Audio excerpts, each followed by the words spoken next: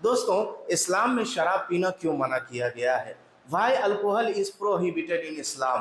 कुरान में भी अल्लाह तबारक व तआला ने यह मेंशन किया है, यसअलूनका अनिल खम्रि वल मैसिर कुल फीहिमा इस्मुन कबीरुन व मनाफिउ लिन्नास। और अल्लाह के रसूल सल्लल्लाहु अलैहि वसल्लम की ये हदीस भी है, ये फरमान भी है कि शराब का पीना उम्मुल जुरायम है, यानी जो इंसान शराब पीता है उससे और भी बड़े बड़े गुनाह सरजद हो जाते हैं, गुनाह करने लगता है। तो इसको मैं एक वाक़ये के ज़रिए, एक स्टोरी के ज़रिए मैं आपको समझाने की कोशिश करूँगा कि कैसे हमारे दिमाग को अल्कोहल डेड कर देता है। हमारे जो सेल है, हमारे ब्रेन में जो सेल्स पाए जाते हैं, उनको एकदम अनकॉन्शियस कर देता है। तो एक वाक़या ये है कि एक बादशाह की लड़की थी, उसको एक नेक नौजवान से इश्क हो गया, प्यार हो गया। उसने दरबानों को भेज के उस लड़के को अपने रूम में बुलवाया, अपने कमरे में बुलवाया, और उस लड़की ने कहा कि आप मेरे साथ फिजिकल रिलेशनशिप कायम करें। अब वो लड़का नेक दिल इंसान था, अच्छी माँ की तरबियत में पला था, तो उसने बहुत बड़ा गुनाह जो है मैं कैसे करूं, वो लड़की प्रेशर डाल रही है कि मुझसे आप फिजिकल रिलेशनशिप कायम करें, लेकिन वो लड़का नेक दिल, अब वो कह रहा है मैं इससे कैसे बचूं, कैसे बचूं, कैसे बचूं।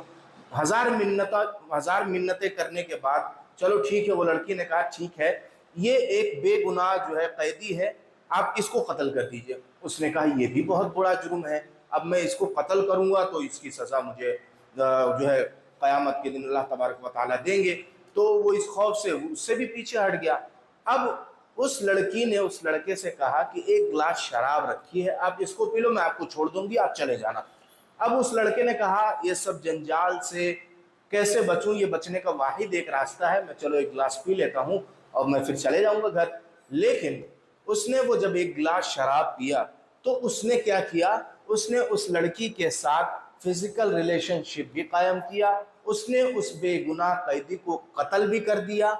ये दोनों बड़े गुनाह जो कि वो नॉर्मल था, वो नहीं कर सकता था, वो ये समझ रहा था कि ये बहुत बड़े गुनाह है, इसकी सज़ा मुझे अल्लाह तबारक व तआला क़यामत में देंगे। लेकिन उसने जब छुट्टी लेने की बारी आई कि मैं कैसे भी करके मैं यहाँ से बच जाऊँ, मैं चले जाऊँ, तो उसने ये इस चीज़ को बेहतर समझा कि लाई मैं शराब पी लूँ, उसके बाद मैं चला जाऊँगा। लेकिन शराब पीने के बाद में वो बिल्कुल अनकॉन्शियस हो गया, उसने वो दोनों जुर्म कर बैठे।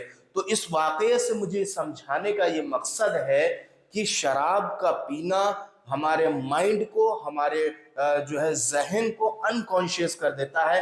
हमारी ब्रेन में जो सेल्स होते हैं, जो छोटे छोटे सेल्स होते हैं, उनको ये अनकॉन्शियस कर देता है, जिसकी वजह से इंसान कुछ भी करने को मजबूर हो जाता है, कर देता है, कर गुजरता है। उसके दिमाग में न बहन रहती है, न माँ रहती है, ना कोई और चीज रहती है, बस उसको वो गुनाह नजर आता है।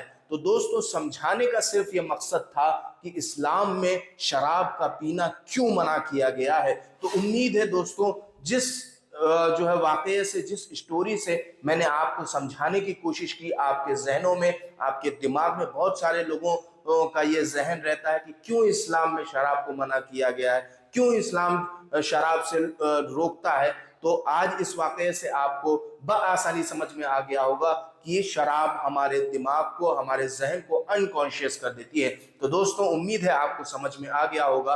अब हम आपसे मुलाकात करते हैं अगली वीडियो में एक नए टॉपिक के साथ। तब तक की इजाज़त दीजिए। अस्सलामु अलैकुम व रहमतुल्लाहि व बरकातुहू।